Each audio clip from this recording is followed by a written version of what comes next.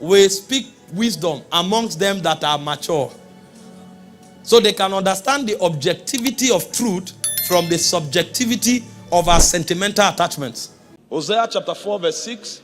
Let's begin our journey from there. Maybe I shouldn't use my notes so that I'm able to flow by inspiration and then make it very short. Jesus, the Lord, was speaking to his prophet in this scripture, and it drew out something that really fascinated me.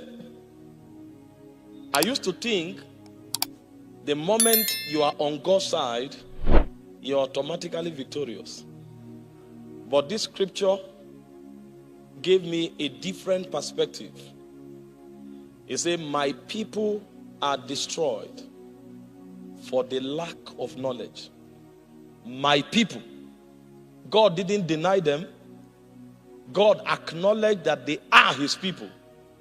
He said, but they are destroyed because they lack knowledge. This is one of the scripture that motivated me in search of truth and in the pursuit of truth. Because I realized it's not enough to be called a child of God. You must have understanding of how things work. You know, there are many people who are perturbed in the kingdom because the things they expected God to do and they yet expect God to do, they don't see these things in their lives. And they are wondering, is Christianity a scam? Is this thing fake? No, it's not. One of the keys that releases to you the things that are yours in God is your understanding of how it works. My people are destroyed. In Psalm 82 verse 5 and 6, the Bible said, they know not. It said, neither will they understand. It said, they walk on in darkness. And the foundation of the earth is out of course. This is still telling us the great and far-reaching implication of ignorance. They know not, neither do they understand. It said they walk on in darkness. It said, and because they know not, and because they walk on in darkness, it said even the foundation of the earth is out of course. It said, for I have said. That means this knowledge is available. That you are not aware of it does not mean it's not there. It's actually there. But it is for those who are willing to search for it. It says, I have said, ye are gods. It says, for you are the children of the Most High. It says, but they will fall like one of the princes. That means even God, what makes him sovereign is the knowledge that he has. So a man can be in the position and the statue of God and fall. It says, I have said, ye are gods, because you are the children of the Most High. He said, but you will fall. Why will a God fall? Because he knows not. That means it's not enough for God to give you anything. You must know what you are given, and you must know how it works. Otherwise, even if you are pronounced a God, you will fall. And he said, gods have fallen because they know not. Because when he created us, in Genesis chapter 1 verse 26, he said, let us make man in our image, after our likeness. Let them have dominion. So we were created in the image of God. We were created to function in the likeness of God. That means God expects us to do what he does. God expects us to experience what he experiences. God is surprised if we don't measure up to him. A religious man thinks God is in his own class, and he assumes that only God is able to live in a certain way. But God is saying, I created you to function like me. I created you to operate like me. I know I am in my own class. I am sovereign. But I have also given you an opportunity to function from my realm. So there are things I can do that you should reflect. They say, but because they don't know, they fell like one of the princes. And the danger of falling is not just that you lose your status. The danger of falling is that when you fall, your environment is also affected. He said the foundation of the earth is out of course. So you ask yourself today, why is the world the way it is? It's because suns have not risen. We are falling. That's why the earth is falling.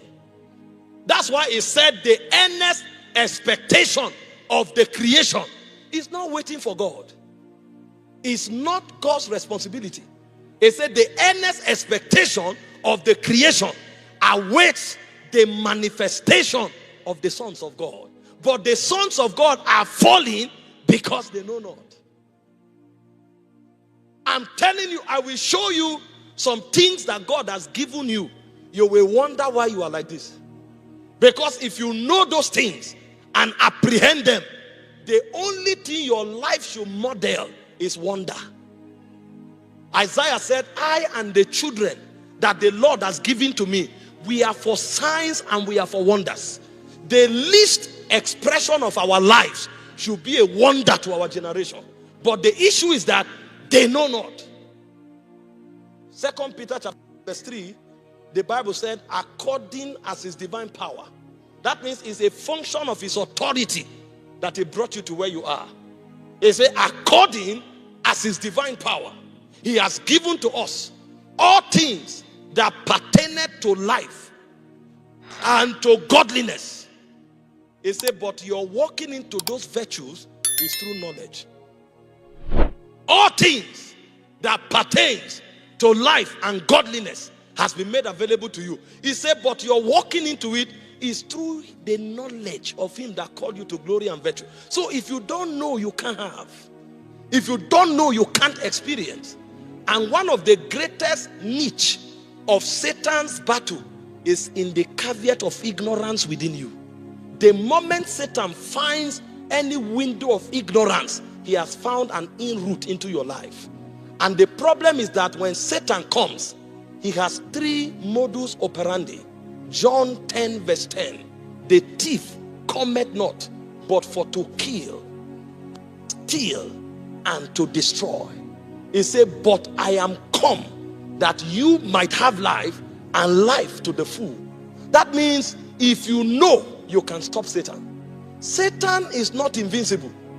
Satan only thrives where there's ignorance. The moment knowledge comes, Satan becomes incapacitated. Because he's already incapacitated by Christ, he only exercises dominion to the degree that ignorance warrants him.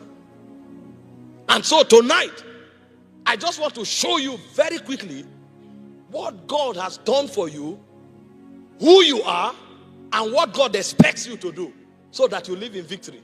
Because something has already been done. See, when we say the things we say, we are not trying to psych ourselves. Christianity is not a movement of optimism. Everything we declare in Christianity, there is a spiritual justification for it. If I tell you you are healed, I'm not trying to encourage you. There is a spiritual justification to it. If I tell you you are prosperous, I'm not trying to make you feel good. There is a spiritual basis for that utterance. If I tell you you are exalted, I'm not trying to make you feel important. There is a spiritual basis. So the job of the believer is to understand what was done for him. The moment he knows it, then he will now discover who he is. Because you can't know who you are until you know what was done for you. And the moment you know what was done for you, you will know what you ought to do to experience what you need to experience. And so very quickly, what has God done for the believer? I can summarize it for you quickly. 2 Peter 1 verse 3 and 4. I quoted it already, but let's look at it more critically so that you will see what God has done for you. He said, according as his divine power, he has done what? He has given you all things that pertains to what? Life and godliness. So everything you need for a godly and victorious life, he said God has provided it for you. That's one of the things God has done for you. But that's not all. Number two, he said he has invited you. He has called us unto what? Glory and virtue. That means you are supposed to live in the glorious realm of life. See, I'm telling you, religion has done so much damage to Christianity.